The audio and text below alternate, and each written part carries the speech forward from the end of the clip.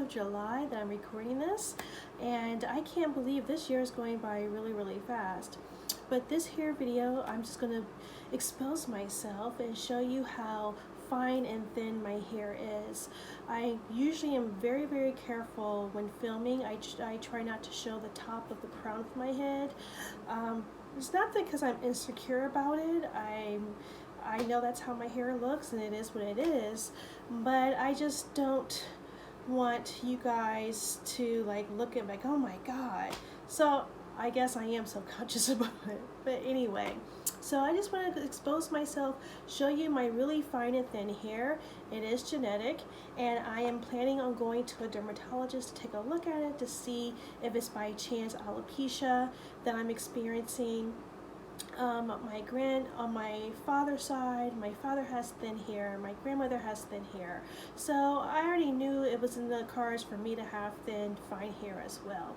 And there is a difference between the two terms. Sometimes I do mistakenly use them interchangeably, but I have both, thin and fine hair. Thin is the diameter of your hair strand being really small, which mine is. And fine is when you have space, like a lot of space in between your hair follicles. So your hair may appear scalpy, or I think that's the term they use, scalpy. So I'm very careful on what hairstyles I do and do not use, and I'm extremely careful on hair products that I do and do not use. I don't want anything to accentuate my scalpiness or my thinness of my hair. So I'm blessed with both. So yeah, I'll make sure after this I'll show you a couple of clips showing you my scalp and my hair, so that way you guys have some type of reference. But yeah, it's okay. Everybody can't have thick, voluminous, natural hair, and I think that is a stereotype that we have to fight in the natural hair community, that just because you have natural hair, everybody's going to have this wonderful, beautiful afro thick hair, and that's not the case for everyone. And that's one of the reasons why I started YouTube, because I wasn't able to listen to videos that women with hair like me. Now there's a lot more beautiful thin hair, fine hair naturals nowadays, but I started watching YouTube back in the day, back in 2010. So it wasn't a lot of fine hair naturals. You had the tearing guys that had the big beautiful hair, and natural 85, again, big beautiful hair, and you just kind of sat there. With me, I can't speak for anyone, I just kind of sat there with hair envy. It's like, wow, I will never have that. I don't know if those products will work with me, with my hair, and 9 times out of 10, whatever products they used just did not work for my hair. So yeah, I just want to go ahead and show you a couple of clips of my thin hair, and then I'll come back and share what products I use and to see if I can thicken my hair, if that's even a possibility. Also, my plans about going to see a dermatologist, and some of my favorite products I use for my type of hair. Alright guys, peace out. Don't need a trip to the beauty shop, cause I know what I got on top. It's curly and it's brown, and it's right up there. You know what I love, that's right, my hair. I really love my hair. I love my hair, I love my hair. There's nothing else that can compare with my hair. I love my hair, so I must declare, I really do. Boy, let it sit in an afro. My hair looks good in a cornrow. It does so many things, you know, that's why I let it grow. I love my hair, I love my hair, I love it and I have to share. I love my hair. Don't need a trip to the beauty shop, cause I know what I got on top. It's curly and it's brown, and and it's right up there. You know what I love, that's right, my hair. I really love my hair. I love my hair. I love my hair. Alright, so guys, you saw the clips of me showing your scalp. If you have any recommendations or advice, definitely put them in the comments area down below. I'm a sponge. I'm ready to take any type of advice that you guys may have in regards to my thinness and even my fineness of my natural hair. But yeah, anyway, basically, I am planning on going to a dermatologist. As you guys know, if you don't know, I was unemployed. I have been blessed with a job recently, and I'll make sure I'll give you guys an update about it. Not now, but I'm going to give it a couple of weeks, and I'll give you guys an update about my new job. But while I was unemployed, I didn't have any health insurance. Because I didn't have any health insurance, obviously, going to a dermatologist for me was a luxury, which is kind of sad. It's like you gotta put your medical health in order. What is a luxury and what is really important? And my dermatology was a luxury for me. Since I didn't have any health coverage, I had to wait. Now that I have a job, once I get insurance and once my schedule permits me to go to a doctor's appointment without making me miss a day, you know, the first 90 days of new employment is very, very important. So I have to probably wait 3 more months just to make sure I got good attendance with my new employer. Once I get my new insurance, I'm definitely gonna go to a dermatologist to have a physician look at my scalp to make sure, is it just genetics, how I'm writing it off, like, hey, my dad, my grandmother, they all have thin hair, I'm kind of writing it off under that explanation, or do I have something else going on that can be treated? So I'm definitely plan on doing that later this year, probably in the winter time. Now, in regards to styles and products I like to use, when you have thin, fine hair, you gotta be very careful of product buildup and styles that may make your very scalpy, like it shows a lot of scalp, which accentuates your thinness, and also like using leave-ins and things of that nature that moisturize and plump up your hair, and that plumpiness gives your hair strands the illusion of being thicker than what it really is. So some of my favorite hairstyles are wash and goes. I love wash and goes, and I recently have been not using a lot of gels, but just conditioner only when it comes to my wash and goes, and let it air dry, and that way my hair creates volume, it gets all plumped up. You will, if you see me, I'm either in a curly ponytail, a bun, or a wash and go. Those are my go-to styles. The styles that I try to stay away from are braid outs, twist out, 2-strand twists, things of that nature. Ironically, styles that stretch out your natural hair, for me, they're just extremely scalpy, and I get really insecure about going out like that. So I do try to stay away from those styles. Now that my hair is getting a lot longer, I'm going to see if I can attempt those styles, and maybe the way separating it, I can like make my scalp hair look thicker, because at the ends of my hair you can tell that I have fine hair, but I have no problem growing the length. It's just that I wish I had more hair follicles, so that way I had more hair coming out of my scalp. But anyway, we always want something that we don't have, right? Products that I use to give my hair the illusion of volume, that kind of plumps my hair strands up, castor oil. I did talk to a physician friend of mine, and there's no scientific data, unfortunately guys, that castor oil makes your hair thicker. What it does is plump up the hair strands to give it the appearance. Once you wash that stuff out, like I was saying, castor oil, once you rinse that out, that illusion of thicker hair is gone.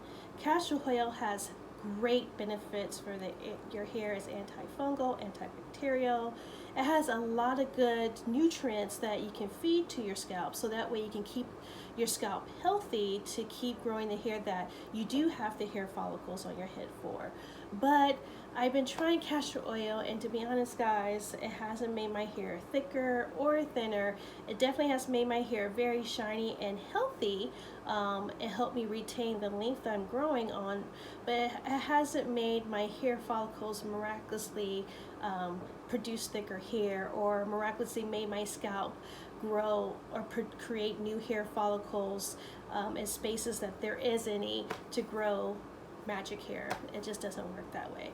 But castor oil is a product I use, cold press, organic of course, that I do use to plump up my hair strands to give the illusion of thicker hair. My leave-ins, I try to get leave-ins that are very like milk. If it has milk in the name, I probably love it. If it has butter in the name, I probably don't like it because it weighs the crap out of my hair and it creates instant buildup. So I usually use very, very liquidy leave-ins. When it comes to co-washing, I like the thicker conditioner because I'm just putting it in my hair to help me detangle, and I'm quickly rinsing out. I'm usually not using it in my hair. Now, if I'm doing a wash and go, again, I like that thicker conditioner because it will define my curls and elongate my curls, and I don't put anything else on top of that. Maybe a little oil, and that's it. My favorite oils for my hair is coconut oil, castor oil, like I said before, and I'm trying out the Daisy Frost oil. I did do a video about that before, and I'll link it down in the description box, so definitely check it out, because it also has claims benefits of reducing the additional loss of hair. I want to keep the hair I have on my head. I don't want to lose anymore. So I am using that. I've been using that for almost a month and a half, and I really, really like it. Another byproduct of using Daisy Frost oil is that, and yes, that's the true name, it's very popular in like the Indian countries, Southeast Asia, in that region. But it really makes, if you have dark hair, it makes your hair super shiny and it looks super black. My hair is naturally black, so any products that enhances that color, I'm for. I've never colored my hair, and I don't see in the future where I will ever color my hair other than, I like my black hair. It fits my aesthetic. It fits me. But yeah, so I am trying Daisy Frost oil. I love argan oil. I love alma oil. Anytime I get advice from an Indian friend about taking care of my hair and what products they use, I totally gravitate to Indian hair products for my hair, African hair products for my hair. I love shea butter only if it's an ingredient inside and it's not really, really thick, like the Shea Moisture buttercream at the very beginning, because everybody was using that stuff. So I bought it, of course, when I started my hair journey back in 2011. I tried to force myself to like it, but my hair just didn't like it. It was too heavy. So things like that kind of shea butter I can't really use, but the coconut and hibiscus milk, curl milk from Shea Moisture, I can. So yeah, it just depends on the consistency. But yeah guys, I just want to quickly just show you guys my thin hair. I hope you enjoyed this portion of the video. The second portion, I did try a new leave-in and I finally finished it up, so I do want to do a quick review on that product with you guys. But like I always say, love your difference, embrace your uniqueness, and be the good. Until next time guys, I'll see you next week, and if you enjoy this content, please, please, please subscribe and like and definitely comment. I would like to have a conversation and get to know you guys. But yeah, I'll see you guys later. Bye. Okay, so I wanted to show you a product that I used up last month in June. And before I show you, sometimes I have like a holy grail list of leave-ins that I absolutely love. But when I was unemployed, I didn't really have the disposable cash just to change my priorities and pay for hair products. So I had to be economical and look for the deals. So some things I won't normally use, but because of the situation I was in, I had to find something affordable to use. So I did want to put that disclaimer out. The name of this product is called Lotta Body Milk and Honey, and like I said, I always love to use leave-ins that are milk consistency. I was at Walmart and this was on sale for $7. I needed a leave-in. I was like, this is perfect. Let me go ahead and try it until my finances get back in order. The top 5 ingredients is the very first one is water. The second one is shea butter, which I love. It's glycerin in there, and I love humectants for very fine hair, because humectants, especially in the summer and the spring, draws all that moisture out of the air into your hair strands and plumps your hair strands up to give the appearance of thicker hair. So I love, as soon as spring comes around and summer, I'm in heaven. Like, yes, humectants, my fine strands will look plumped up and thicker. So I love getting anything with humectants. So that's the honey part of it, I'm sure. So it does have glycerin in it. It also has, in the top part of the ingredient list, I believe argan oil and some other oils. But I was really surprised at the top, like I think it's the 5th or 6th, but it's in the top 10, is fragrance. And for me, my skin is extremely sensitive. And you may be like, why are you saying skin? My scalp is skin. And from the very beginning of this video, having thin hair, a very, very low density of hair on my head, my scalp is exposed, especially at the top. So if I use an irritant, any topical leave-in that has fragrance at the very top of the ingredient list, if it's at the bottom, it doesn't bother my hair or my scalp at all. But if it's at the top 10, and the fragrance is actually really high on this particular product, it's a huge irritant to my skin, aka scalp. And the few hair follicles I have, I don't want to irritate that. So one thing I've learned with having thin hair, I concentrate most of the product from here down. On the top of my scalp, I put extremely a little bit, not a lot. Another thing I notice about, I gotta be careful with ingredients, especially when it gets hotter in Ohio, is that I love leave-in conditioners that are very emollient, very moisturizing, has a lot of butters and oils and a milky consistency. I love that. But if my scalp is exposed and I put olive oil, which is a really, really popular sealant to put in natural hair, coconut oil, all those great oils on my scalp, and the sun is beaming down on my scalp, I get sunburned. And please let me know in the comments down below if you found any hair products, natural hair products, that has an SPF. No, I haven't. My scalp burns like crazy. I can wear hats, but I gotta be careful with hats, because with my thin, fine hair, that friction can cause havoc on my hair. I can wear scarves, but the same thing with hats. So what I find myself doing, because I really focus any type of leave-in and sealant oils from the mid shaft down to the ends of my hair, on my scalp, I put sunscreen. I have to, because I have to protect my scalp, I have to protect my skin, I have to protect those hair follicles that I do have from any damage so they can continue to grow hair. I've been listening to YouTube, like I said, since 2011, and I haven't found anyone yet that expressed that same thing that they have to deal with, especially during the warmer weather.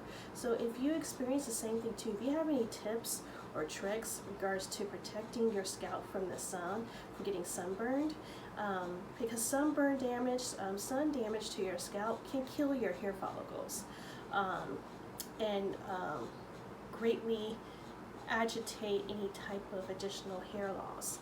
So yeah, it's a struggle. I find myself, like, during the high points of the sun, not only is it detrimental to my eyes, I have to wear sunglasses for protection, but it's detrimental for my hair, for my scalp. Not the scalp is the foundation of all hair growth, so I kind of wish there was a hair care line that had SPF. But yeah, that's what I kind of do, is focus the sunscreen on top on my actual scalp, and the rest of my actual hair products and the rest of the length of my hair. So for Lotta Body, it was a great value. I definitely give it props for the price, because if you're on a budget, it's so important to find great hair care. But this just didn't work for me because of the fragrance that's so high up on the list. I love the butters, I love the oils, because of the way I apply it. You just got to be very, very careful. Don't put any near your roots to act as a cooking agent to your scalp. But yeah, the rest of it, it's not 100% natural, which is fine. It's not cruelty free, which I was a little sad about, but it's kind of hard to find economical hair products that are cruelty free and vegan. But for the price, it did its job. I just wish you didn't have fragrance so high up in the ingredient list, because that's an irritant to my skin. I'm extremely sensitive. I'm very, very careful with my skincare on my body and my face, and my scalp is just an extension of my face. I feel I treat my face and scalp the same in regards to taking care of it. So yeah, it was pretty cool, but I won't repurchase it again. And now that I'm working again, yay, I can go back to my regular Holy Grails. So guys, if you're interested to learn what my Holy Grail leave-ins for thin fine hair are, just leave me a comment down below, and I'll definitely do an updated video for you guys. But yeah, I'll see you guys later, and I hope you enjoy the rest of your week. Bye. Boiler is sitting in afro. My hair looks